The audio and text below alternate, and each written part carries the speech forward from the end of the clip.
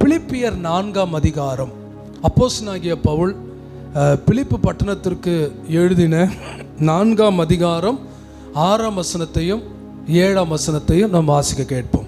நீங்கள் ஒன்றுக்கும் கவலைப்படாமல் எல்லாவற்றையும் குறித்து உங்கள் விண்ணப்பங்களை ஸ்தோத்திரத்தோடு கூடிய ஜெபத்தினாலும் வேண்டுதலினாலும் தேவனுக்கு தெரியப்படுத்துங்கள். அப்பொழுது எல்லா புத்திக்கும் மேலான தேவ சமாதானம் உங்கள் இருதயங்களையும் உங்கள் சிந்தைகளையும் கிறிஸ்து இயேசுவுக்குள்ளாக காத்துக்கொள்ளும்.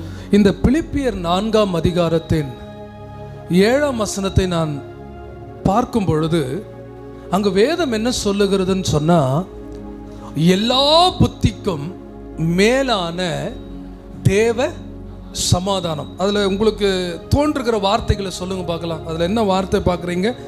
ஒன்று, தேவனுடைய சமாதானம். ரெண்டாவது படிச்சீங்களா? சொல்லுங்க சொல்லுங்கம்மா, படிச்ச பிள்ளைங்களாம் சொல்லுங்க. நான் சொன்னேன் தேவ சமாதானம். அப்புறம் எல்லா புத்தி, ஓகே,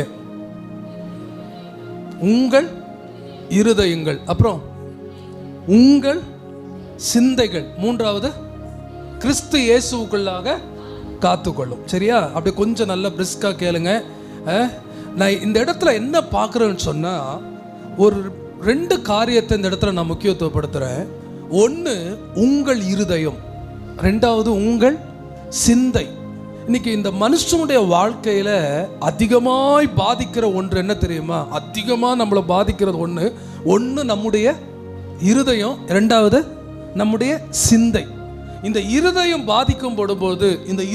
பாதிக்கப்படும் போது என்ன நடக்குதுன்னு சொன்னா, இருதயத்தில் ப்ராப்ளங்கள் வருது. குறிப்பாக பார்த்தீங்கன்னா இருதய நோய்கள் வருது. டாக்டர் சொல்கிறாங்க 100% ஆண்களுக்கு தான் ஹார்ட் அட்டாக்கு வருதாம், 120% பெண்களுக்கு வருகிறதாம். ஏன் இந்த ஆண்களுக்கு 80% ஹார்ட் அட்டாக் வருதுன்னா, பெரும்பாலும் ஆண்கள் மேக்சிமம் ஒரு பிரச்சனை வந்தால் உடனே அழ மாட்டாங்க. ரெண்டாவது, தங்களுடைய பிரச்சனையை அவ்வளோ சீக்கிரமாக போய் யார்ட்டும் ஷேர் பண்ண மாட்டாங்க. தான் கஷ்டத்தை தனக்குள்ளேயே வச்சு அடக்கி இருக்கிறதுனால பெரும்பாலாக 180% ஆண்களுக்கு ஹார்ட் ப்ராப்ளம் வருதான். பெண்கள் யாராவது கிடைச்சா, எப்படியாவது ஒரு வாய்ப்பு கிடைச்சா அவங்க கண்ணீரினால அழுது மற்றவர்களுக்கு தெரியப்படுத்துறதுனால அவங்களுடைய இருதயத்தில் இருக்கிற பாரங்கள் குறைகிறதாம். ஆனால் ஆண்கள் மேக்சிமம் தனக்குள்ளாக அழுகிறவர்களாக இருக்கிறாங்க, அதை மேக்சிமம் அடக்கி கொள்ளுகிறவர்களாக இருக்கிறாங்க. ஸோ ஒரு மனுஷனுடைய வாழ்க்கையில் சமாதானம் பாதிக்கப்படும் பொழுது, பணம் இருக்கலாங்க, வேலை இருக்கலாம், சுற்றிலும் ஆள் இருக்கலாம், வசதி இருக்கலாம், ஆனால் மனுஷனுடைய இருதயத்தில் சமாதானம் இல்லைன்னு சொன்னால் அந்த மனுஷனுடைய வாழ்க்கை, அந்த இருதயம் பாதிக்கப்படுகிறது. ரெண்டாவது பார்த்தீங்கன்னா, ஒரு மனுஷனுடைய வாழ்க்கையில் பாதிக்கப்படுகிற ரெண்டாவது காரணம் சிந்தை, மைண்டு, எண்ணம். இப்போ பாருங்க, இங்கே தான் இருக்கிறோம், ஆனால் நம்முடைய எண்ணங்கள்லாம் எங்கேயோ இருக்குது, நம்முடைய சிந்தனைகள்லாம் எதையோ யோசிக்கிட்டே இருக்குது. அதனால தான் இன்னைக்கு பாருங்க, இந்த சிந்தை பாதிக்கப்படுறதுனால என்ன வருதுன்னா, தலைவலி, ஒரே பெயின், தலைவலி. ஏன்னா நிறைய யோசிச்சுக்கிட்டே இருப்போம், நிறைய எப்போ பாரு திங்க் பண்ணிக்கிட்டே இருப்போம். நம்ம சில பேரை பார்த்தீங்கன்னா அப்படியே பித்து பிடிச்ச மாதிரியே இருப்பாங்க, எதையோ யோசிச்சுக்கிட்டே. அவங்க பார்த்தீங்கன்னா அவங்க தலைவலி வருது, அப்புறம் ப்ரெஷர், பிபி அதிகமாகும். முக்கியமாக பார்த்தீங்கன்னா சில பேர் மென்டலாகவே மாறிடுறாங்க. யோசிச்சு தனக்குள்ள பேசி என்ன ஆயிடுறாங்கன்னா, அது புத்தி சுமாவும் மாறி போயிடுறாங்க, மனநோய் வந்துடுது. இப்படிப்பட்ட காரியங்கள் எல்லாம் இன்னைக்கு பெரும்பாலானவர்கள் பாதிக்கப்படுகிறார்கள். அதனால தான் ஆண்டவர் இந்த இடத்துல அழகாக எழுதி வச்சிருக்கிறாரு, ஒரு கர்த்தருடைய பிள்ளை இப்படிப்பட்ட வியாதிகளிலிருந்து, பலவீனங்களிலிருந்து உங்கள் இருதயத்தை உங்கள் சிந்தையும் காத்து கொள்ளணும்னு சொன்னா, நீங்கள் தேவ சமாதானத்தினால் உங்கள் இருதயத்தையும் உங்கள் சிந்தனையும் நீங்கள் இயேசுவுக்குள்ளாக காத்து கொள்ளணும். அல்லேலூயா. ஒரு கர்த்தருடைய பிள்ளைக்கு மிக மிக அவசியம் என்ன தெரியுமா? தேவ சமாதானம். நான் சொல்றது வெறும் சமாதானம் இல்லை. இன்னைக்கு உலகம் கூட நம்ம துன்பப்படுற நேரத்தில் நம்மளை ஆறுதல் படுத்துகிறாங்க, நம்மளை உற்சாகப்படுத்துகிறாங்க. அந்த உடம்பு சரியில்லாத நேரத்தில் சிலர்லாம் ஃபோன் பண்ணி விசாரிக்கும் பொழுது நம்ம என்ன நினைக்கிறோம்னு சொன்னால், ஊழியக்காரங்க தான் நம்மளை விசாரிக்கணும்னு நினைக்கிறோம். ஆனால் ஊழியக்காரனும் ஒரு மனுஷன்தான். சொல்லுங்க அல்லேலூயா. அவர்களும் ஒரு மனிதர்கள் தான். அப்போ நம்ம ஒரு விசுவாசி ஒரு ஊழியக்காரனை விசாரிக்கும் பொழுது அது ஊழியக்காரர்கள் ரொம்ப உற்சாகமாக இருக்கும். நம்ம என்ன நினைச்சிடும், ஊழியக்காரங்க அவங்களாம் ஜெபம் பண்ணுறவங்க, அவங்க எல்லாத்தையும் பார்த்துக்குவாங்க, அவங்க எல்லாத்தையும் தாங்கிக்குவாங்க, எல்லாத்தையும் அட்ஜஸ்ட் பண்ணிப்பாங்க, நம்ம ஒருவேளை அப்படி நினச்சிடுறோம். அவங்க வந்து நமக்காக இருக்கிறாங்கன்னு சொல்லிட்டு. ஆனால் உண்மை அப்படி இல்லை. இயேசுவானவர் கெத்செமனேக்கு போய் ஒரு நெருக்கடியான சூழ்நிலை ஜெபிக்க போகிறாரு. ஏன்னா இப்போ பிடிக்க போகிறாங்க, சிலுவையில் கொண்டு போய் அறைய போகிறாங்க. அவர் என்ன செஞ்சார், தம்முடைய சீஷர்களை கூட கூட்டு போயிட்டு என்ன பண்ணார், தூரத்தில் உட்கார வச்சு இங்கே எனக்காக என்ன பண்ணுங்க, ஜெபம் பண்ணுங்கன்னு சொல்லிட்டு ஜெபத்தை எதிர்பார்க்கிறார்.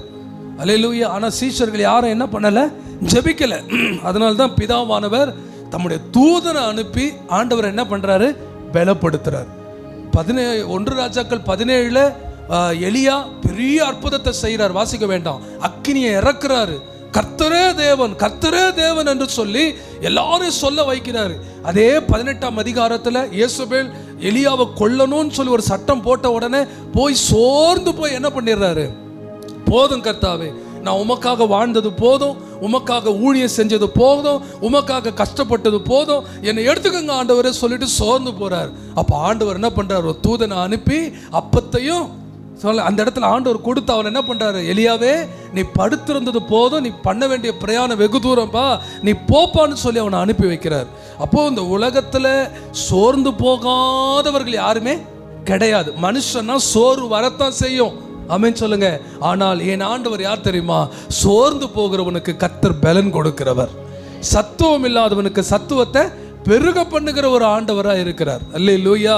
கர்த்தருடைய நாமத்துக்கு மகிமை உண்டாகட்டும். அப்போ ஒரு கர்த்தருடைய பிள்ளைக்கு இன்றைக்கு தேவை என்ன தெரியுமா, தேவனுடைய சமாதானம்.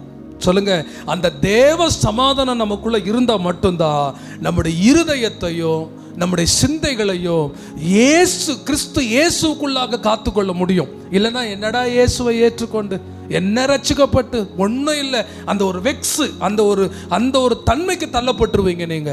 ஆனால் நான் சொல்றேன், 95ஆம் ஆண்டு என் வாழ்க்கையை ஆண்டவருக்கு ஒப்பு கொடுத்தேன். கிட்டத்தட்ட இத்தனை வருஷம் ஆண்டவருக்காக நிற்கிறோன்னு சொன்னா ஒன்னே ஒண்ணுதான், தேவனுடைய சமாதானம் எங்களை ஆளுகை செய்கிறது. அல்லேலூயா. எந்த உலக சமாதானத்தையும் எந்த உலக மனிதர்களுடைய சமாதானத்தை எதிர்பார்த்து வாழல, ஒன்னே ஒண்ணுதான், தேவ சமாதானம். அல்லேலூயா.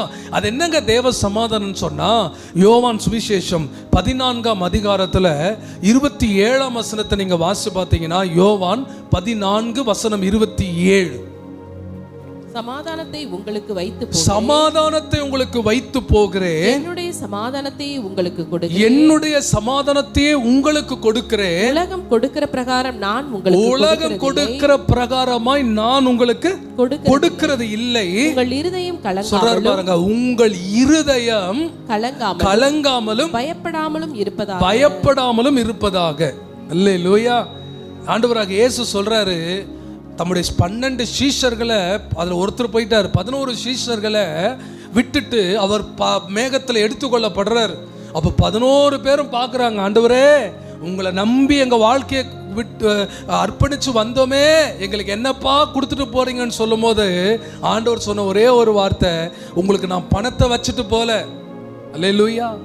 பணத்தை வச்சுட்டு போயிருந்தேன்னா பணம் ஒரு காலத்தில் கரைஞ்சு போயிடும்.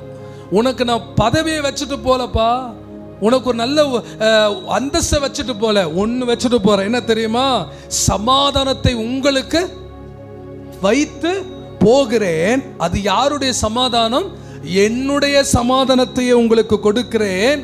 உலகம், அது என்ன உலகம் கொடுக்கிற பிரகாரம் சொன்னா, இன்றைக்கு உங்களுக்கு சமாதானமா இருக்கிறவங்களே நாளைக்கு உங்க சமாதானத்தை எடுப்பாங்க. சொல்றது புரியுதா உனக்கு?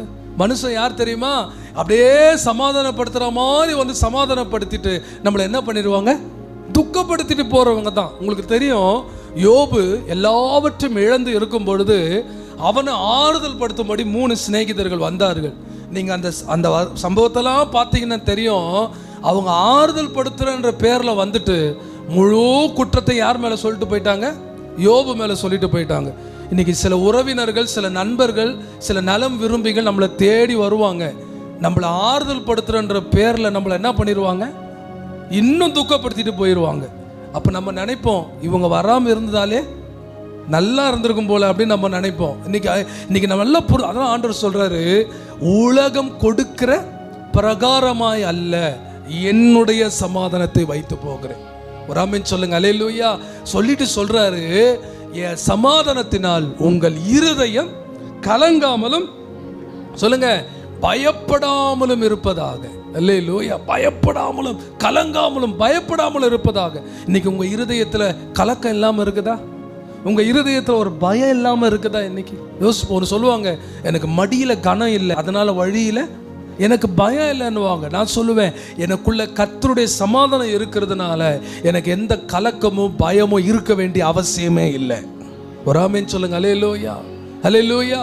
அதனால்தான் யோவான் சுவிசேஷம் 20ஆம் அதிகாரத்தில் 19-20 நீங்க வாசிச்சு பார்த்தீங்கன்னா, இயேசு அவர் எடுத்துக்கொள்ள அவர் என்ன பண்றாரு, கொண்டு போய் அவரை எடுத்து குகையில வச்சிடுறாங்க. அவருடைய சீஷர்கள் எல்லாம் அந்த பூட்டின அறைக்குள்ள பயந்து உட்காந்துக்கிட்டு இருக்கும் பொழுது, அந்த யோவான் 20ஆம் அதிகாரம் 19-20 வாசிங்க. வாரத்தின் முதல் நாளாகிய அன்றைய தினம் சாயங்கால வேளையிலே சீஷர்கள் கூடியிருந்த இடத்தில் யூதர்களுக்கு பயந்ததினால் கதவுகள் பூட்டப்பட்டிருக்கையில் இயேசு வந்து நடுவே நின்று உங்களுக்கு சமாதானம் என்றார். அவர் இப்படி சொல்லி தம்முடைய கைகளையும் விலாவையும் அவர்களுக்கு காண்பித்தார். சீஷர்கள் கர்த்தரை கண்டு சந்தோஷப்பட்டார்கள். சீஷர்கள் கர்த்தரை கண்டு என்ன பண்றாங்களா? சந்தோஷப்பட்டாங்களாம். இப்ப இயேசுவை பிடிச்சிட்டு போய் அரைஞ்சு குகையில வச்சுட்டாங்க.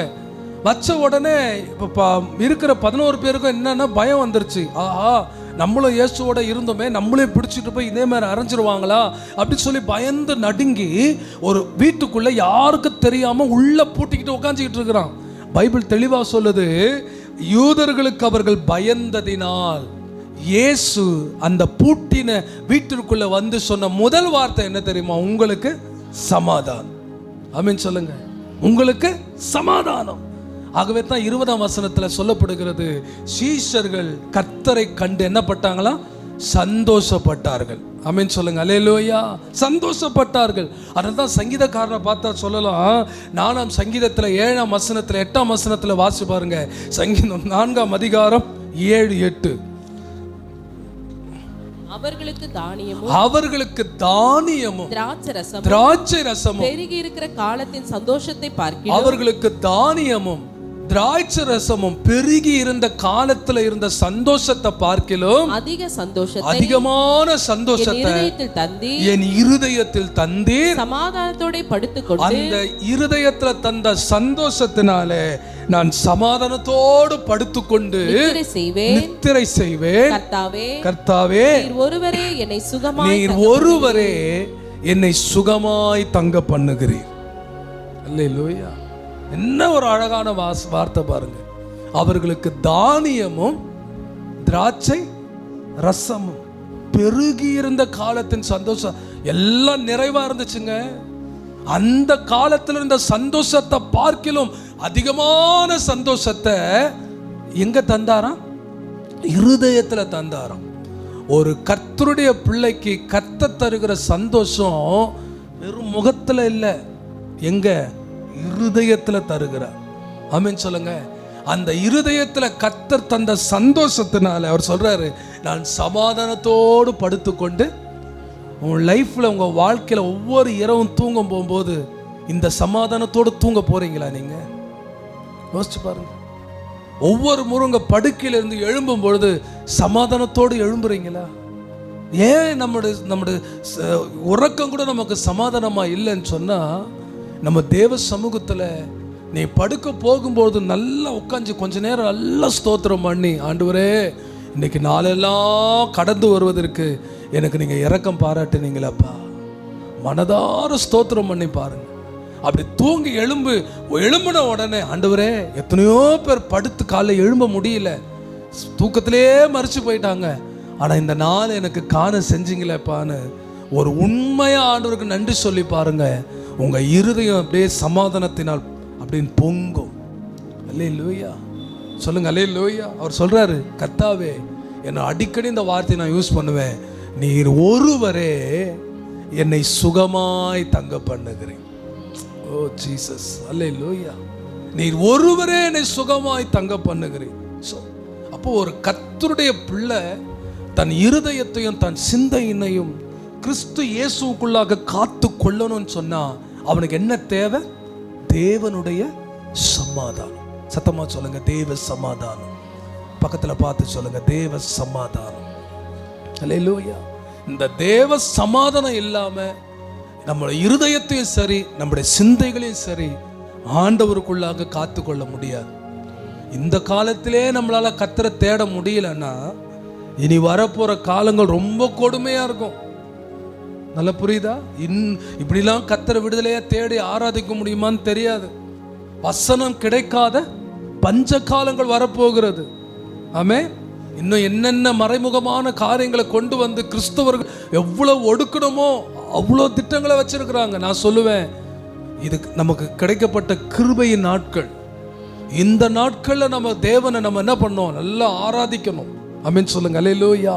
சோ ஒரு கர்த்தருடைய பிள்ளை தான் வாழ்க்கையில தேவனுடைய சமாதானத்தை பெற்றுக்கொள்ளணும்னா அவன் என்ன செய்யணும்? அல்லது நம்ம தேவ சமாதானத்தோடு எப்பவுமே வாழணும்னா எப்படி நான் வாழ்வது என்பதை குறித்து நான் வேகமாக எங்களோடு பகிர்ந்து கொள்ள விரும்புகிறேன். அதே பிலிப்பியர் 4ஆம் அதிகாரத்தின் 4ஆம் வசனத்தையும் அதே பிலிப்பியர் 3ஆம் அதிகாரத்தின் 1 வசனத்தை நாம் வாசிக்க கேட்போம். பிலிப்பியர் 4ஆம் அதிகாரத்தின் 4ஆம் வசனம். சந்தோஷம், கர்த்தருக்குள் எப்போதாவது சந்தோஷமா இருங்கள், எப்பொழுதும் சந்தோஷமா இருங்கள். நான் காலையில என்ன சொன்னாலும் நீங்க கேட்பீங்க. அப்படிதான் உட்காந்துட்டு இருக்கிறீங்க இல்லையா? தப்பா படிச்சா கூட என்ன பண்ணுவீங்க? கேட்டுக்கிட்டு தான் இருப்பீங்க. கர்த்தருக்குள் எப்பொழுதாவது இல்லை. என்ன அர்த்தம்? எப்பொழுதும் சந்தோஷமா இருங்கள். சந்தோஷமா இருங்கள் என்று உடனே சொல்றாரு, சந்தோஷமா இருங்கள் என்று மறுபடியும் உங்களுக்கு சொல்லுகிறேன். பிலிப்பியர் 3:1 வாசிங்க. மேலும் என் சகோதரரே கர்த்தருக்குள் சந்தோஷப்படுங்கள். கர்த்தருக்குள் சந்தோஷப்படுங்கள். எழுதினவைகளையே எழுதுவது எனக்கு வருத்தம் அல்ல, அது உங்களுக்கு நலமா இருக்கும். எப்படி? அது உங்களுக்கு. அல்லேலூயா. விசுவாச பிள்ளைங்க வந்து சொல்லும் போது பாருங்களேன், சில பேர் பிரச்சனை சொல்லுவாங்க. நம்ம சொல்லுவோம், ஜோம் பண்ணுங்கம்மா. ஜோம் தான் பண்ணிட்டு இருக்கிறோம் பாஸ்டர். சோர்ந்து போவாதீங்கம்மா. அப்படிதான் இருக்கிறோம் பாஸ்டர், இப்படிதான் இருக்கிறோம் பாஸ்டர், அப்படிதான் இருக்கிறோம் பாஸ்டர். ஊழியக்காரங்க என்ன சொல்லுவாங்க? சொன்னதே தான் சொல்லிட்டு. நான் கேட்குறேன், எங்களால் இதை தவிர வேற என்ன சொல்ல முடியும்? இல்லை நீங்கள் வேற என்ன எதிர்பார்க்குறீங்க சொல்லுங்க. ஒன்றும் கவலைப்படாதீங்கம்மா. இப்போது டாக்டர்கிட்ட போகிறீங்க, சுகம் வேணுமா? நான் போகிற டாக்டர் அழகாக போனவனே சரிப்பார். வாங்க சார், என்னாச்சு, என்ன எப்படி இருக்கீங்க அப்படி இந்த மாதிரி சொல்லுவோம் நம்ம. கவலை அவ்வளோதானே, கவலைப்படாதீங்க. அதுவும் பாருங்க, வீட்டில் இருக்கிற போது அப்படியே அடிச்சுக்கிட்டு இருக்கும். ஆனால் போய் ஹாஸ்பிட்டலில் காலை வச்சது தான் எங்கே போகும் தெரியாது. டெம்பரேச்சர் வச்சு பார்த்தா கூட தெரியாது. அது என்னவோ தெரியல, வியாதிக்கு ஹாஸ்பிட்டலில் பார்த்தாலே வியாதிக்கு ஒரு பயம் போல. அல்ல லோயா. யோசிச்சு பாரு, ஒரு டாக்டர் என்ன சொல்லுவார்? கவலைப்படாதீங்க, கவலைப்படாதீங்க. ஒரு பாஸ்டர் என்ன சொல்லுவார்? கவலைப்படாது. இப்போ நானும் உங்கள் கூட சேர்ந்துக்கிட்டு அப்படியாம்மா அப்படியாம்மா அப்படியாம்மான்னு சொன்னால் நீங்கள் அடுத்த வாரம் வருவீங்களா? இல்லை அங்கே உட்காந்துட்டு என் பிரச்சனையும் ஆமாம் உங்களுக்கு தான் பிரச்சனையா? என் பிரச்சனையை கேளுங்க, நான் என் பிரச்சனையை சொன்னேன். யோசிப்பார். அப்போஸ்தலனாகிய பவுல் அதுதான் சொல்றாரு, சந்தோஷமா. அதாவது எப்படி? கர்த்தருக்குள்ள எப்போதாவது இல்லை, எப்போதுமே. அப்படின்னா என்ன அர்த்தம்? பாடணும்ல, இன்பத்திலும் துன்பத்திலும் கஷ்டத்திலும் வெற்றியிலும் சுகத்திலும் எல்லாவற்றிலும் எப்பொழுதும் சந்தோஷமா இருங்கள், சந்தோஷமா இருங்கள் என்று நான் மறுபடியும் சொல்றேன். மறுபடியும் என்கிற வார்த்தைக்கு ஆங்கிலத்தில் அகைன், அகைன் என்கிற வார்த்தைக்கு எடுத்துட்டா கெயின். இல்லையா? சந்தோஷம். அதாவது ஒரு கர்த்தருடைய பைபிள் அழகா சொல்றது, மகிழ்ச்சியா இருப்பதே உங்களது பலன். இன்னைக்கு உலகத்துல எந்த சூழ்நிலையிலும் மகிழ்ச்சியா இருக்கக்கூடிய யார் தெரியுமா? யாரு? ஒரு கர்த்தருடைய பிள்ளை. ஒரு கர்த்தருடைய பிள்ளையை பார்த்து தான் உலகம் என்ன சொல்லுது? பைத்தியக்காரங்கன்னு சொல்லுது. இந்த உலகத்துல எப்பவுமே சிரிச்சுக்கிட்டே இருக்கிற ஒரே ஒரு ஜீவன் யார் சொல்லுங்க? நீ என்ன பைத்தியமா? சும்மா சிரிச்சுக்கிட்டே இருக்கிற? கவனிச்சிருக்கிறீங்களா? அவங்க அதுக்கு என்னன்னே தெரியாது, கஷ்டம்னான்னு தெரியாது, நஷ்டம்னா தெரியாது, என்ன பண்ணிக்கிட்டே இருக்கோம். சில வீட்டில் பிரச்சனை வரும், நீ பைத்தியமா, நீ சும்மா சிரிச்சுக்கிட்டே இருக்கிற. இன்னைக்கு உலகம் நம்மளை பார்த்து என்ன சொல்ல தெரியுமா? உள்ளவைகளை அவமாக்கும்படிக்கு கர்த்தர் இல்லாதவைகளையும் இழிவானவைகளையும் பைத்தியமானவைகளையும் ஆகிய நம்மை கர்த்தர் தெரிந்து கொண்டார். ஒரு ஆமென் சொல்லுங்க. அல்லேலூயா.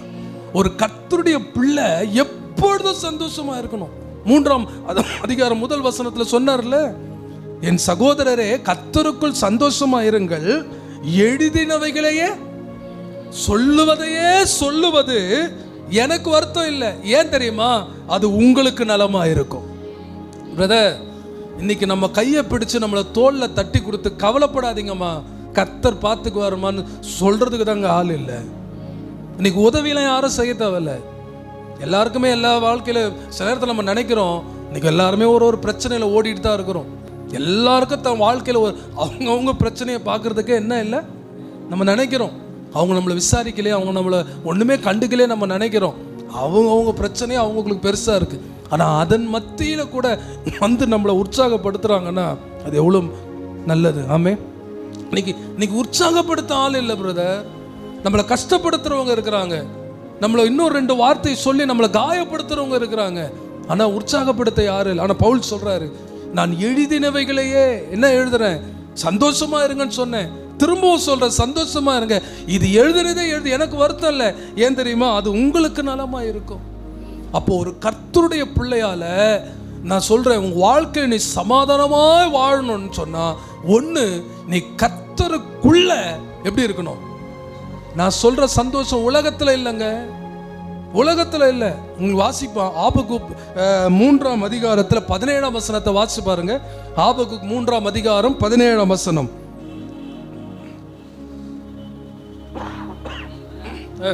துளிர் விடாமல் போனாலும், அத்தி மரம் துளிர் விடாமல் போனாலும், திராட்சை செடிகளில் பழம் உண்டாகாமற் போனாலும், ஒலிவ மரத்தின் பலன் அற்று போனாலும், வயல்கள் தானியத்தை விளைவியாமற் போனாலும், கிடையில் ஆட்டு மந்தைகள் முதலற்று போனாலும், தொழுவத்திலே மாடு இல்லாமற் போனாலும், நான் கர்த்தருக்குள் மகிழ்ச்சியாய் இருப்பேன். நான் கர்த்தருக்குள் மகிழ்ச்சியாய் இருப்பேன். ஒரு பக்தன் சொல்றார் பைபிள்ல, நீங்க வச்சிருக்கிற அந்த பைபிளை தான் நான் வாசிக்கிறேன். யாரோ ஒரு நபரை பத்தி பேசல, யாரோ ஒரு ஆளை பத்தி பேசல. அவர் என்ன சொல்றாருன்னா, அத்திமரம் வச்சேன், துளிர் கூட விடலைங்க. திராட்சை செடி போட்டு அவ்வளோ பணம் செலவு பண்ணி விதைச்சங்க, பலனே கிடைக்கலங்க. ஒலிவ மரம் ஒரு பலனும் எனக்கு கொடுக்கலங்க. வயல்கள் தானியமே விளையலைங்க. கிடையில ஆட்டு மந்தை ஒண்ணுமே இல்லைங்க. தொழுவத்துல மாடுகளே இல்லைங்க. எல்லாம் போச்சு போச்சு போச்சு. ஆனா நான் கர்த்தருக்குள் மகிழ்ச்சியாயிருப்பேன். சொல்லுங்க ஆமே. அவர் என்ன அர்த்தம் தெரியுமா? என் கர்த்தரை தவிர மற்ற எல்லாவற்றின் மேலும் என் நம்பிக்கை நான் வைக்க மாட்டேன். சொல்லுங்க. அத்திமரம் வச்சுட்டேன். சில பேரை பாருங்களேன், ரொம்ப சந்தோஷமா இருப்பாங்க. பிரதர், என்ன பிரதர் ரொம்ப சந்தோஷமா இருக்கீங்க? அவங்க சொல்லுவாங்க, எனக்கு இப்பதாங்க ஒரு வேலை கிடைச்சிருக்குது. அல்லேலூயா. என்னப்பா ரொம்ப சந்தோஷமா இருக்கிற? இப்பதான் எனக்கு கல்யாணம் ஆக போகுது. கவனிச்சிருக்கீங்களா? என்ன ஒரே மகிழ்ச்சியா இருக்கிறீங்க? நாங்க புதுசா ஒரு வீடு வாங்கி இருக்கிறோம், வீடு கட்டி இருக்கிறோம். தெரியுமா உங்களுக்கு? என்ன சந்தோஷமா இருக்கிறீங்க? இப்பதான் ஒரு புதுசா ஒரு வண்டியை ரெஜிஸ்டர் பண்ணிட்டு வந்திருக்கிறோம். அல்லேலூயா.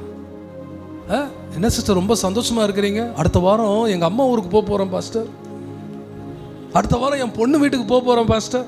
இன்னைக்கு ஒவ்வொரு மனுஷனுடைய வாழ்க்கையிலும் பாருங்க, இந்த காரியம் கேட்ட உடனே சொன்ன உடனே ஒரு சந்தோஷம், ஒரு மகிழ்ச்சி வந்துகிறது. இன்னைக்கு உலக சந்தோஷம் எப்படி தெரியுமா? நான் சொல்லட்டுமா?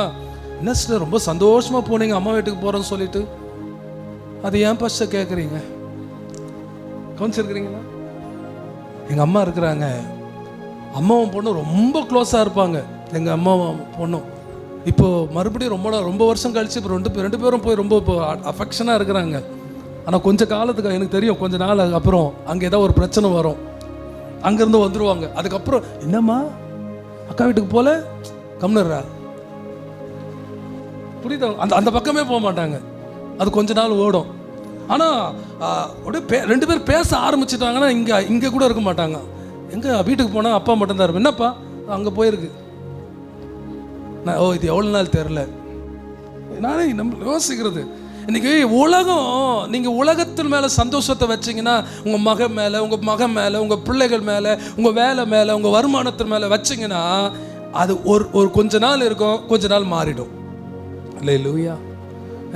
இன்னைக்கு சொல்லுவாங்க மனுஷனுடைய சம்பாத்தியத்தை 4 வாரமாக பிரிப்பாங்களாம். முதல் வாரம் கோல்டன் வீக். என்னன்னா இப்போ தான் சம்பளம் வாங்கியிருக்கிறேன். கோல்டன் வீக், அது தங்க வாரம். இப்போ தான் சம்பளம் முழுசாக என் கையில் பார்த்துருக்குறேன். அப்படியே ஒரு வாரத்தில் கரைஞ்ச உடனே அடுத்த வாரம் சில்வர் வீக்கு. இப்போ கோல்டு என்னவாகும், அப்படியே சில்வர் வீக் ஆகும். அப்படியே கொஞ்சம் சந்தோஷம் குறையும். 3வது வாரம், 3வது ஒரு 7 நாள் அது என்ன ஆயிரும், அயன் வீக்காக மாறும். அப்படியே கடைசி வாரம் எம்டி வீக்கு. எல்லாம் அப்படியே கொஞ்சம் கொஞ்சமாக கரைஞ்சு இப்போ கையில் அப்படி சில்லற அப்படி தேடி கண்டுபிடிச்சு செஞ்சுட்டு இருப்போம். இதுதான் மனுஷன் வாழ்க்கையில் உலகம் தருகிற சமாதானம். ஆனால் ஒரு கர்த்தருடைய பிள்ளை அத்தி மரத்தின் மீதும் கிடையாது, திராட்சை பழத்தின் மீதும் கிடையாது, ஒலிவ மரத்தின் மீதும் கிடையாது, வயல்கள் மேலும் கிடையாது, ஆட்டு மந்தையம் மேலும் கிடையாது, மாட்டு மந்தையம் மேலும் கிடையாது. என் ஒரே ஒரு மகிழ்ச்சி என் கர்த்தருக்குள்ள மட்டும்தான். அல்லேலூயா. ஆமாம், உங்களுக்கு தெரியல இளைய குமாரன் கதை. தகப்பனோடு இருக்கிற வரைக்கும் அவன் அந்த சந்தோஷத்தை உணரலை. அவன் என்ன நினைச்சான், எல்லாத்தையும் கொண்டு போய் எந்த கண்ட்ரோல் இல்லாமல், கட்டுப்பாடு இல்லாமல் நான் எல்லாத்தையும் அனுபவிக்கணும், அதுதான் உண்மையான சந்தோஷம் நினைச்சான். அப்பா கிட்ட போனான், சண்டை போட்டான், தான் சொத்தை பிரித்து கொடுங்கண்ணா. அந்த தகப்பை எவ்வளோ நல்ல தகப்பம் பாருங்களேன், சொத்தை பிரித்து கொடுக்குறாரு, கொண்டு போகிறான். அவன் பைபிள் அழகாக சொல்லுது, அவன் எல்லாவற்றையும் சேர்த்து கொண்டு அவன் அனுபவிச்சானா. அதுக்கப்புறம் பார்த்தீங்கன்னா அவன் அந்த லூக்கா 15ஆம் அதிகாரத்தில் 14ஆம் வசனத்தை நீங்க வாசிச்சு பாருங்க. லூக்கா 15:14 என்ன சொல்லுகிறது, அவன் எல்லாவற்றையும் செலவழித்த பின்பு அந்த தேசத்திலே கொடிய பஞ்சம் உண்டாயிற்று. அப்பொழுது அவன் குறைவுபட தொடங்கினான். யோசிச்சு பாருங்க, எல்லாவற்றையும் செலவழித்த பின்பு அவன் என்ன பட தொடங்கினான், குறைவுபட தொடங்கினான். சிஸ்டர், இன்னைக்கு இந்த காலையில் வந்திருக்கிற அருமையான தாயே, தகப்பனே, சகோதரா, சகோதரி, பிள்ளைகளே, உங்களுக்கு அன்பா சொல்ற ஒரே ஒரு காரியம் என்ன தெரியுமா, நீங்க உலகத்தின் மீது உங்கள் மகிழ்ச்சி, உங்கள் சந்தோஷத்தை வச்சிங்கன்னா அது நிலைக்காது. ஆனா நீங்க கர்த்தர் மேல, கர்த்தருக்குள்ள, ஒரு கர்த்தருடைய பிள்ளைக்கு சந்தோஷம் எதுல தெரியுமா, கர்த்தருக்குள்ளதான். சொல்லுங்க ஆமென். உலகத்துல இல்லைங்க. ஒரு கர்த்தருடைய பிள்ளைக்கு மகிழ்ச்சி கர்த்தருக்குள்ள இருக்குன்னு சொன்னா என் சந்தோஷத்தை யாரும் எடுக்க முடியாது. சொல்லுங்க, என் மகிழ்ச்சி என்பது என் பர்ஸில் இருக்கிற பணத்தை வச்சு இல்லை. பர்ஸில் இருக்கிற பணம் நிலையானது இல்லை, அப்படியே அது இருக்கும், குறையும். என் பர்ஸில் பணம் குறையும் போது அப்படியே என் சமாதானம் கூடவே சேர்ந்து குறைஞ்சிரும்.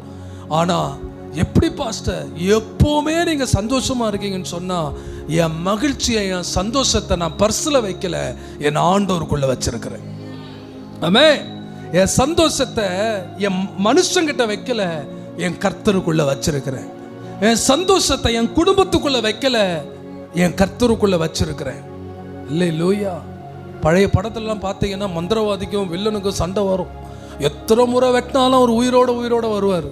என்னடா உயிரோட வருவார்னு பார்த்தா அவருடைய உயிரை எங்கே வச்சிருப்பாரு, ஏதோ ஒரு கடல் தாண்டி ஒரு இடத்துல பார்த்ததே இல்லையா, அப்படி பார்க்காத மாதிரியே பேசுறீங்களே, ஒரு தாமரை பூக்குள்ளே வச்சிருப்பாரு, ஒரு குருவிக்குள்ளே வச்சிருப்பாரு. ஏன்னா இவர் ஹீரோ வெட்டிக்கிட்டே இருப்பார், அவர் சிரிச்சுக்கிட்டே இருப்பார். நான் சொல்கிறேன், ஒரு கர்த்தருடைய பிள்ளை தான் சந்தோஷத்தை, தான் மகிழ்ச்சியை கர்த்தருக்குள்ளே வச்சிங்கன்னா, கர்த்தர் செத்தாதாங்க என் சந்தோஷம் போகும். சொல்லுங்க, அவர் மரித்து இன்னைக்கு உயிரோட இருக்கிறார். அல்லேலூயா. சொல்லுங்க அல்லேலூயா. ஸோ நம்ம சந்தோஷத்தை கர்த்தருக்குள்ள வச்சு பழகணும். எனக்கெல்லாம் அப்பா ஞாயிற்றுக்கிழமை ஆண்டவரை ஆராதிச்சாதான்ப்பா சந்தோஷம். எத்தனை பேர் உங்க ஆராதனை மிஸ் பண்ணும் பொழுது அந்த வேதனையை அனுபவிக்கிறீங்க, யோசிச்சு பாருங்க. எனக்கு சிலர்லாம் பார்த்தா ஆச்சரியமா இருக்கு. கிறிஸ்டியனா இருப்பாங்க, கிறிஸ்தவங்களா இருப்பாங்க, ஆனா சர்ச்சு ஆண்டவரை ஆராதிக்கிற விஷயத்தை அசட்டை பண்ணுவாங்க. ஆனால் உலக காரியத்தில் எல்லாத்துலையும் ஈடுபாடாக இருப்பாங்க. உலக காரியத்தில் அதில் ரொம்ப ஆக்டிவாக இருப்பாங்க. அது என்னன்னு எனக்கு ஒன்றுமே புரியல. நம்ம வாழ்கிறதோ நிற்கிறதோ நிர்மூலம் ஆகாமல் இருப்பது அந்த கர்த்தரால தானே. சொல்லுங்க அல்லேலூயா. அவர் இல்லைன்னா மனுஷன் எப்போ நம்ம தலைமையில் ஏறி போயிருப்பான். இன்னைக்கு நம்ம இந்த உலகத்தில் இருந்திருக்கவே முடியாது. ஒரு ஆமீன் சொல்லுங்க அல்லேலூயா. ஸோ ஒரு கர்த்தருடைய பிள்ளை சமாதானமா இருக்கணும்னு சொன்னா, நம்பர் 1, அவன் கர்த்தருக்குள்ள சந்தோஷமா இருக்க கற்றுக்கொள்ளணும். யாருக்குள்ள? கர்த்தருக்குள்ள சந்தோஷமா இருக்க கற்றுக்கொள்ளணும். இரண்டாவது ஒரு காரியத்தை பார்ப்போம். அதே பிலிப்பியர் 4ஆம் அதிகாரத்தின் 5ஆம் வசனத்தை வாசிங்க. பிலிப்பியர் 4ஆம் அதிகாரம் 5ஆம் வசனம். உங்கள் சாந்த குணம் எல்லா மனுஷருக்குள்ளும் தெரிந்திருப்பதாக கர்த்தர் சமீபமாய் இருக்கிறார். முதலாவது சொன்னேன், ஒரு கர்த்தருடைய பிள்ளை சந்தோஷமா வாழ்வது எப்படின்னு சொன்னா, அவன் கர்த்தருக்குள்ள சந்தோஷமா இருக்க சொல்லுங்க கற்றுக்கொள்ளணும்.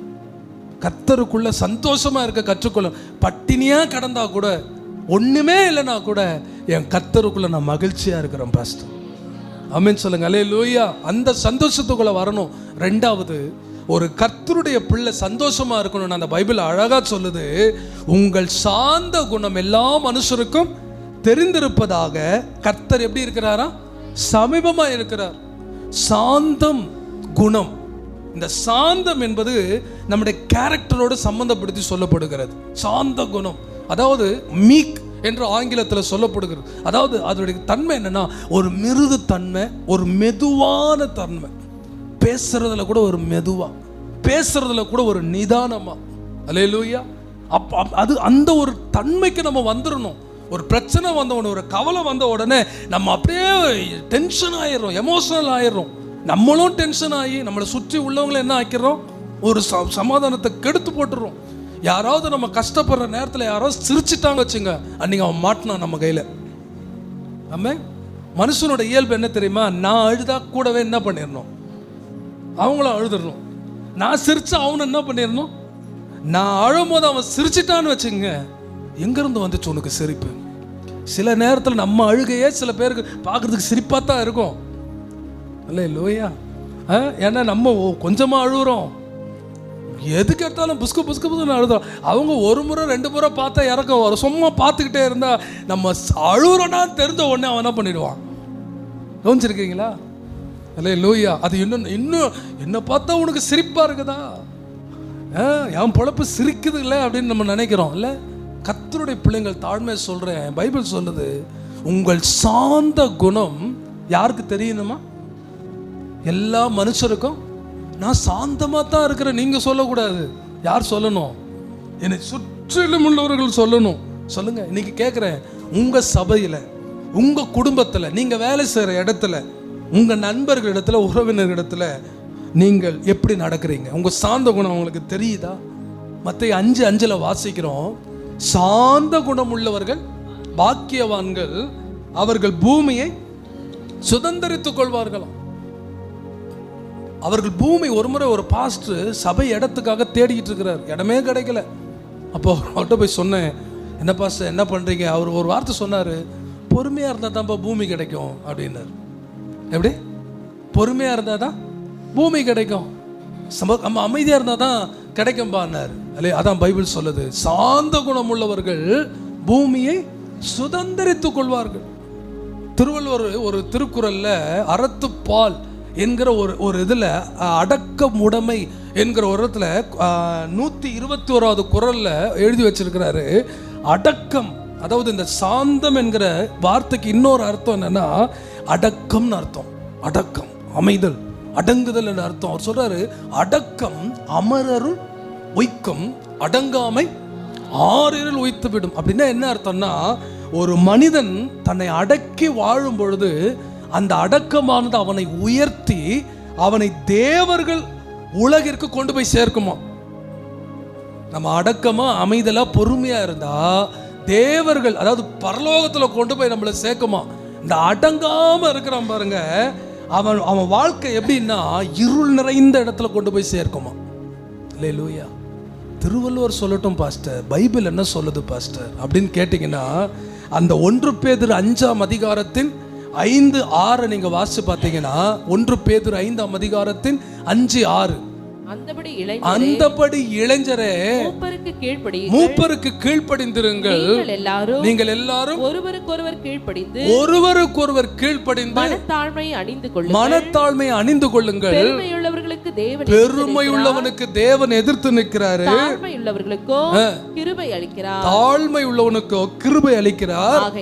ஆகையால் ஏற்ற காலத்தில் தேவன் உங்களை உயர்த்தும்படிக்கு அவருடைய பலத்த கைக்குள் அடங்கியிருங்கள். எப்படிங்க? தேவன் ஒரு ஏற்ற காலத்தை கர்த்தர் வச்சிருக்கிறார். எனக்கு உங்களுக்கு ஒரு ஏற்ற காலத்தை வச்சிருக்கிறார். ஒன்னு சொல்றேன், எனக்கு ஏற்ற காலம் உங்களுக்கு ஒரு ஏற்ற காலமா இல்லாம போகலாம். நீங்க நினைக்கிறீங்க அவங்களுக்கு நடக்குது பாஸ்டர், இவங்களுக்கு நடக்குது, எனக்கு ஏன் நடக்கல? அவங்க சொல்றாங்க, நீங்க சொல்றீங்க, எனக்கு ஏன் நடக்கல? நான் என்ன சொல்றேன் தெரியுமா? எல்லாருக்கும் ஒரே காலம் கிடையாது. எல்லாற்றுக்கும் பைபிள் அழகா சொல்ற, எல்லாவற்றுக்கும் ஒரு காலம் உண்டு. இன்னைக்கு ஒரு எக்ஸாம்பிள் சொல்றேன். இன்னைக்கு சிபிஎஸ்சி ஸ்கூலுக்கும் ஸ்டேட் போர்டு ஸ்கூலுக்கும் உள்ள வித்தியாசம் என்ன தெரியுமா? சிபிஎஸ் ஸ்கூல்ல எக்ஸாம் எழுதும் போது நம்ம பிள்ளைங்க லீவில் இருக்கும். நம்ம பிள்ளைங்க லீவில் இருக்கும்போது அவன் போய் எக்ஸாம் எழுதிக்கிட்டு இருப்பான். கவனிச்சிருக்கிறீங்களா? இன்னைக்கு ஒவ்வொரு மனுஷனுக்கும் ஒரு டைம், ஒரு காலத்தை கர்த்தர் குறிச்சிருக்கிறார். எனக்கு இப்ப நடந்துச்சுன்றதுக்காக உங்களுக்கு இன்னைக்கு நடந்தது எனக்கு இன்னைக்கே நடக்கணும்னு அவசியம் இல்லை. எனக்குன்னு ஒரு காலத்தை கர்த்தர் குறித்து வச்சிருக்கிறார். நம்ம கூட சம்டைம் சொல்லுவோம் பார்த்தீங்களா, எங்களுக்கும் காலம் வருங்க, அப்போ பார்த்துக்கிறோம் இல்லை, ரொம்ப ஆடாதீங்க, எங்களுக்கும் என்ன வரும்? பைபிள் சொல்லுது, அவர் ஏற்ற காலத்தில் உங்களை உயர்த்தும்படிக்கு அந்த பலத்த கரங்களுக்கு எப்படி இருக்கணும்? பொறுமையாக இருக்கணும். டென்ஷன் ஆகாதீங்க, பணம் பதறி பேசாதீங்க. சில பேர் பாருங்க அப்படியே எரிச்சலா, அப்படியே எப்ப பாரு எரிஞ்சு விழுவாங்க. எரிச்சல் அப்படி இல்லை, மெதுவா இருங்க, மெதுவா பேசுங்க. ஒரு அப்படியே ஒரு பதறாதீங்க. ஆமே, பதறுகிற காரியம் என்ன ஆகுமா? சிதறும். ஒரு காரியத்தை பதறி செய்யாதீங்க, அவசரமா செய்யாதீங்க, டக்குன்னு முடிக்கணும்னு பண்ணாதீங்க. பொறுமையா செய்யுங்க, மெதுவா செய்யுங்க. ஏன்னா மெதுவான பிரதியுத்தரம் ஒரு மனுஷனுடைய உக்கிரத்தை ஆற்றும். எப்பவுமே நான் சொல்லுவேன், பெற்றோர்கள் நம்ம கண்டிப்போடு பேசுறது தப்பு இல்லை, ஆனா எப்பவுமே கடும் சொற்களை யூஸ் பண்ணக்கூடாது, கடுகடுன்னு பேசக்கூடாது. பிள்ளைகளை அதாவது பிள்ளைகளை பார்த்து சொல்லுவேன், அடிக்கடி சொல்லுவேன், எப்பா பைபிள் சொல்லுது, பிள்ளைகளே கர்த்தர் நிமித்தம் உங்கள் பெற்றோருக்கு எல்லா காரியத்திலும் கீழ்ப்படிந்திருங்கள். அது உடனே சொல்லும், பெற்றோர்களே உங்கள் பிள்ளைகளை கோபப்படுத்தாதீர்கள். பசங்களுக்கு வசனம் தெரியாது. நம்ம சொல்லுவோம், டேய் பைபிள் என்ன சொல்ல தெரியுமாடா? அதே பைபிள் என்ன சொல்ல தெரியுமாப்பான்னுவான். பெற்றோரே உங்க பிள்ளைகளை என்ன பண்ணாதீங்க, பிள்ளைங்களை சும்மா கோவப்படுத்து, ரொம்ப டென்ஷன் ஆக்கக்கூடாது. நமக்கு தெரியும் இந்த வார்த்தையை சொன்னா பிள்ளைங்களுக்கு பிடிக்காதுன்னு தெரியும், ஆனா அதே தான் சொல்லுவோம் நம்ம. அது சொல்ல, மம்மி அந்த வார்த்தையை மட்டும் பயன்படுத்தாதீங்க. பொண்ணு நம்ம சொல்லுவோம், வருதில்ல கோவம், வருதில்ல. சில நேரத்தில் அம்மாவுங்களுக்கு பொண்ணுங்களுக்கு நடக்கிற சண்டை மாமியார் மருமகளுக்கு நடக்கிற மாதிரி இருக்கும் சில நேரத்தில். நோன்ச்சிருக்கிறீங்களா? கர்த்தருடைய பிள்ளைகள் தாழ்மையா சொல்றேன், பொறுமையா பேச பழகுங்க, நிதானமா பேச பழகுங்க. நம்ம சில நேரத்தில் சத்தத்தை உயர்த்தி பேசுறதுனால நம்ம நியாயம் எடுபடும் நம்ம நினைக்கிறோம். சில நேரத்தில் நம்ம என்ன பேச வரோன்றதே புரியாம போயிடும், நமக்கே புரியாது, மற்றவங்களுக்கு எங்க புரியுறது? யோசிச்சு பார்த்துருக்கீங்களா? மெதுவா பேசுங்க, பொறுமையா பேசுங்க, அமைதியா பேசுங்க. ஒரு காரியத்தை டக்குன்னு எடுத்து கவுத்தன்னு பேசக்கூடாது. என்ன என்ன சொல்றது? அதே வள்ளுவர் சொல்றாரு, நாவினால் தீயினால் சுட்ட புண் நாவினால் சுட்ட சொல்லுவாங்க பார்த்தீங்களா? வார்த்தையை விட்டுட்டீங்க, அது எப்படிங்க திரும்ப நம்ம வாங்க முடியும்? திருப்பி எப்படிங்க அதை பெற்றுக்கொள்ள முடியாதுங்க. அதனால தான் சொல்லப்படுகிறது, கேட்கிறதற்கு தீவிரமாயும் பேசுகிறதற்கு தாம. ஒரு காரியத்தை பேசுறதுக்கு முன்னாடி ஒரு 10 முறை யோசிச்சு பேசுங்க. மற்றவங்க கையில் இந்த விஷயத்தை பேசலாமா பேசக்கூடாதா, பேசிட்டு அதுக்கப்புறம் நம்ம என்னதான் வருத்தப்பட்டு மன்னிப்பு கேட்டாலும் சொன்னது அவ்வளோதான். அந்த வார்த்தை தான் மனுஷனோட இருதயத்தை தாக்குகிறது. ஸோ நான் சொல்கிறேன், கர்த்தருடைய பிள்ளைகளே, 2வது சொல்கிறேன், நம்ம இருதயம் சாந்தமாக இருந்துச்சுன்னா, நீங்கள் சாந்த உங்கள் வெளியில் தெரிகிற மாதிரி நடந்தீங்கன்னா உங்கள் இருதயம் எப்போதுமே தேவ சமாதானத்தில் நிரப்பப்படும். டென்ஷனான எரிச்சலான இருதயத்தில் சமாதானத்தை பார்க்கவே முடியாதுங்க, கடுகடுன்னு பார்க்க முடியாது. சில பேர் முகத்தை பார்த்துருக்கீங்களா? கடுகு போட்டால் அப்படியே பொறிஞ்சிரும். பார்த்துருக்கீங்களா? சில பேர் எப்போவுமே ஒரு மாதிரி அப்படி இருக்கக்கூடாது. டென்ஷன் ஆகாதீங்க. நம்ம லைஃப்பில் பொறுமையாக இருங்க, நிதானமாக இருங்க. ஆண்டவர் எவ்வளோ குற்றம் சாட்டுகிறார்கள், ஆனால் ஆண்டவர் என்ன பண்ணார்? பொறுமை பொறுமையா இருந்தார். நீங்க இந்த காலை வேளையில நான் உங்களுக்கு சொல்லுகிற ஒரே ஒரு விஷயம் என்ன தெரியுமா? உங்கள் சாந்த குணம் எல்லா மனுஷருக்கும் தெரியும்படி நடவுங்கள். கர்த்தர் எங்க இருக்கிறாரா? நீங்க சாந்தம் உள்ளவரா இருந்தா ஆண்டவர் எங்க தெரியுமா இருப்பாரு? உங்க சமீபத்தில் இருப்பார். நம்ம கோபம் தேவனுடைய நீதியை வெளிப்படுத்தாது. நம்ம ரொம்ப பேசுறோம், அவர் பேசாமே இருக்கிறார். நீங்க அமைதியா இருந்து பாருங்க, உங்களுக்காக கர்த்தர் பேசிக்கிட்டே இருப்பார். அல்லேலூயா. ஒரு முறை அப்படிதான் ஒரு சகோதரி எப்பவுமே சபைக்கு வரும்போது, பாஸ்டர் எனக்கு வாழவே பிடிக்கல பாஸ்டர், அவர் ரொம்ப பண்றாரு பாஸ்டர், ரொம்ப சண்டை போடுறாரு பாஸ்டர், ரொம்ப எதுக்கேத்தாலும் இது பண்றாரு பாஸ்டர். நானும் ஒவ்வொரு முறையும் சொல்லுவேன், அமைதியெல்லாம் இருங்கம்மா, பொறுமையா இருங்கம்மா, பேசாதீங்கம்மா, அவர் பேசட்டும், அவர் பேசலாம், நீங்க பேசக்கூடாது அப்படின்னு. வருவாங்க, பாஸ்டர் நீங்க சொன்ன மாதிரியே இருந்தோம் பாஸ்டர், இப்போ எப்படி இருக்கு?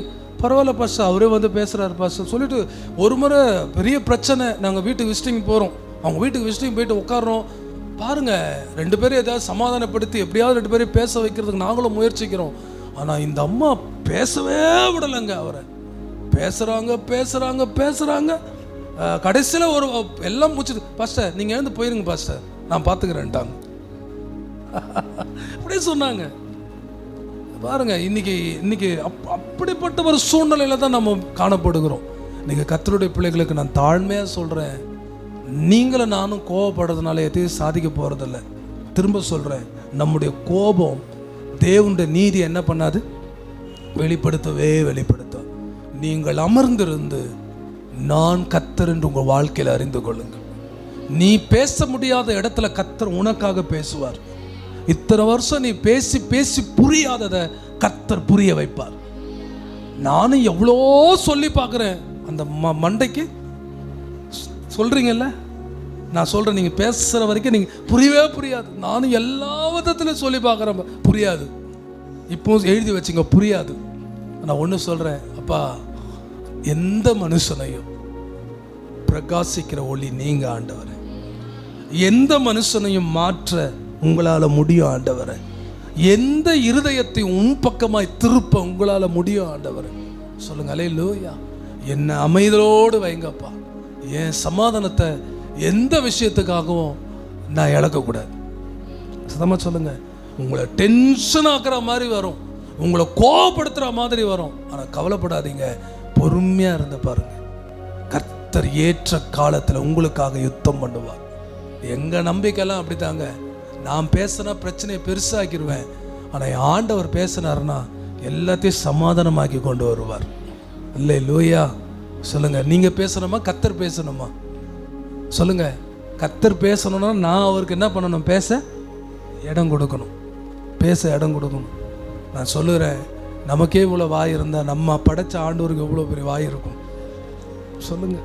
நம்மளே இவ்வளோ பேசுவோன்னு சொன்னால் அவரை பேச விட்டால் எவ்வளோ பேசுவார்? பேசுவாரா பேச மாட்டார்? அதாவது ஒரு பிரச்சனைக்கு நம்ம பேசுறதுக்கும் ஒரு அட்வொகேட் பேசுறதுக்கும் வித்தியாசம் இருக்கு. சொல்லுங்க. நம்ம எப்படி பேசுவோம்? சாதாரணமாக பேசுவோம், நம்ம பேச்சுக்கு மரியாதையாக இருக்காது. அந்த அட்வொகேட் எங்கே இருந்து பேசுவார்? லால இருந்து எடுத்து பேசுவார். அங்கே என்ன, அங்கே ஒருத்தரும் பேச முடியாது. நீ நீதிமன்றத்துக்குள்ளே போயிட்டு ரோட்டில் சண்டை போடுற மாதிரிலாம் போட முடியாது. லா படி பேசு, ரூல்ஸ் படி பேசு. இல்லை, இங்கே சட்டத்துக்கு மட்டும்தான் இடம், அவ்வளோதான். நான் சொல்கிறேன், என் ஆண்டவர் நியாயாதிபதி, அவர் எனக்காக வழக்காடுகிறவர். சொல்லுங்க. எல்லாம் நல்லா தான் இருக்கு, எங்க அவரை வழக்காட விடுறோம் நம்ம? அவர் சும்மா தாங்கிறாரு ஃபீஸை வாங்கிட்டு. அல்லேலூயா. பேசுறதெல்லாம் நம்ம தான் பேசிட்டு இருக்கிறோம். ஸோ இந்த காலை வேளையில் அருமையான கர்த்தருடைய பிள்ளைகளுக்கு நான் சொல்றேன், உங்கள் இருதயத்தையும் உங்கள் சிந்தனைகளையும் கிறிஸ்து இயேசுக்குள்ள காத்து கொள்ளணும்னா நமக்கு என்ன தேவை? தேவனுடைய சொல்லுங்க சமாதானம். இல்லை, யார் சமாதானம்? அந்த தேவ சமாதானத்தை என் வாழ்க்கையில் நான் எப்படி பெற்றுக்கொள்ளணும்? முதலாவது கர்த்தருக்குள்ள சந்தோஷமா இருக்க கற்றுக்கொள்ளணும். கர்த்தர் இல்லாத சந்தோஷம் எனக்கு வேணாம். அந்த இடத்துக்கு நீங்க வரணும். சொல்லுங்களேன். ஆமென். கர்த்தரை விட்டு கொடுத்து ஏமாத்தி திருடி பொய் சொல்லி மற்றவங்களை பிரியப்படுத்தி எனக்கு வர சந்தோஷம் வேணாம். என் கர்த்தரை சந்தோஷப்படுத்தி அது மூலமா வர சமாதானம் எனக்கு தேவை. சொல்லுங்க அல்லேலூயா. ரெண்டாவது சொல்றேன், கூடுமான வரைக்கும் உங்க சாந்த குணம் மற்றவர்களுக்கு தெரியும்படி நடவுங்கள். உங்க வீட்டுக்காரர் பார்க்கணும், என்ன மாற்றத்தை பார்க்குறேன், லைஃப்பில் நான் பாட்டுட்டு பேசிக்கிட்டே இருக்கிறேன், ஒன்றும் காணும் அங்கன்னுவார். அல்லேலூயா. பேசி பேசி அவர் பார்ப்பாரு. பேசுறதுக்கு ஆள் இருந்தால் தானே பேச முடியும். ஆமென் சொல்லுங்க. அல்லேலூயா. ஆமாம், நான் சொல்லியிருக்கேன். ஒரு முறை ஒரு அம்மா, ஒரு சாமியார் அந்த ஊருக்கு வந்திருந்தாராம். வீட்டில் ஒரே பிரச்சனை, மருமகளுக்கு மாமியாருக்கும். எதுக்கு எடுத்தாலும் பிரச்சனை, எதுக்கு எடுத்தாலும் பிரச்சனை. ஒரு முறை அந்த மருமக அந்த சாமியாரை கேள்விப்பட்டு போனாங்களாம். சாமி, எனக்கு ஒரு பரிகாரம் சொல்லுங்கள், என் வீட்டில் ஒரே பிரச்சனையாக இருக்குது, எங்கள் மாமியார் ரொம்ப சண்டை போடுறாங்க அப்படின்னு. அப்படியா, சீருமா, நான் ஒரு மருந்து தரேன், எடுத்துகிட்டு போ. எப்போல்லாம் உங்கள் மாமியார் உங்கள்கிட்ட சண்டைக்கு வராங்க அப்போல்லாம் அந்த மருந்தில் கொஞ்சம் வாயில் ஊற்றிக்கும். அந்த சண்டை பேசி முடிகிற வரைக்கும் அதை முழுங்கக்கூடாது, அப்படியே வாயில் வச்சுக்கோ அப்படின்னாரு. இந்த அம்மா அதே மாதிரி ட்ரை பண்ணாங்க. ஒரு வாரத்தில் எல்லா பிரச்சனையும் சால்வ் ஆகி போச்சு. போய் மாமியாருக்கு ஒரு மாதிரி ஆகிப்போச்சு. என்னடா நம்ம பேசிக்கிட்டே இருக்கிறோம், எப்போ பாரு ஒன்று பேசுனா 10 பேசுவா, ஒன்றும் பேச மாட்டாளே என்னான்னு போய் மருமகிட்ட கேட்டாலாம். மருமக சொன்னாலாம், மாமியார் இந்த ஊருக்கு ஒரு நல்ல சாமியார் வந்திருக்கிறார், அவர்கிட்ட போய் என் பிரச்சனையை சொன்னேன், எனக்கு ஒரு மருந்து கொடுத்தாரு, அது மாதிரி குடித்தேன், பிரச்சனையெல்லாம் போச்சு. யார் அந்த சாமியார், வா 2 பேரும் போய் பார்ப்போம்னு சொல்லி 2 பேரும் போனாங்களாம். சாமியாரே, நீங்கள் கொடுத்த மருந்தால தான் நீங்கள் எங்கள் குடும்பம் நல்லா இருக்குன்னாராம். என்ன மருந்து கொடுத்தீங்கன்னு அவர் சொன்னாராம். நான் மருந்தும் கொடுக்கல, ஒன்றும் கொடுக்கல, சாதாரண பாட்டில் கொஞ்சம் தண்ணியை பிடிச்சி கொடுத்தேன், அதை கொண்டு போய் நீ சண்டை போடும் போதெல்லாம் வாயில் வச்சுக்கோன்னு அதான் கொடுத்தேன், இது நீ தினம் குடிக்கிற தண்ணி தாமான்னாராம். அல்லேலூயா. இன்னைக்கு நிறைய பேருக்கு அப்படி தண்ணி இருந்தால், அந்த ஒரு மருந்து இருந்தால் நம்ம லைஃப் நல்லா இருக்கும். ஒரு ஆமென் சொல்லுங்க. சில வீட்டில் ரொம்ப பேசுகிறா பாஸ்டர், கணவர் சொல்கிறாரு, ரொம்ப பேசுகிறா பாஸ்டர். ஆமாம், நீங்கள் என்ன பாஸ்டர் கற்றுக் கொடுக்குறீங்கன்றாங்க. அல்லேலூயா. நான் நல்லதாங்க கற்றுக் கொடுக்குறேன், வேணா அடுத்த வாரம் சர்ச்சுக்கு வந்து பாருங்கள். அல்லேலூயா. ஒரு குடும்பம் எப்படி இருக்கணும், ஒரு கணவன் எப்படி இருக்கணும், மனைவி எப்படி இருக்கணும், ஒரு வேலையில் வேலை செய்கிற ஆள் எப்படி இருக்கணும், எஜமான் எப்படி இருக்கணும், ஒரு பாஸ்டர் எப்படி இருக்கணும், ஒரு எல்லாம் நல்லா தான் சொல்லிக் கொடுக்குறேன். ஆனால் ஏற மாட்டேங்குதா பாஸ்டர், கேட்க மாட்டாங்களே பாஸ்டர்ன்றாங்க. நான் சொல்கிறேன், கர்த்தருடைய பிள்ளைகள், இந்த கடைசி நாட்களில் ஒரு தேவ சமாதானத்தினால கர்த்தர் நம்முடைய இருதயத்தை, நம்முடைய சிந்தைகளை ஆண்டவர் நிரப்புவாராக. ஒரு ஆமென் சொல்லுங்க. அல்லேலூயா. கர்த்தர் கொடுத்த வார்த்தைகளுக்காக கரங்களை உயர்த்தி ஆண்டவரை ஸ்தோத்திரம் பண்ணுவோமா? எல்லா கரங்களை உயர்த்தி, ஆண்டவரே உமக்கு ஸ்தோத்திரம்.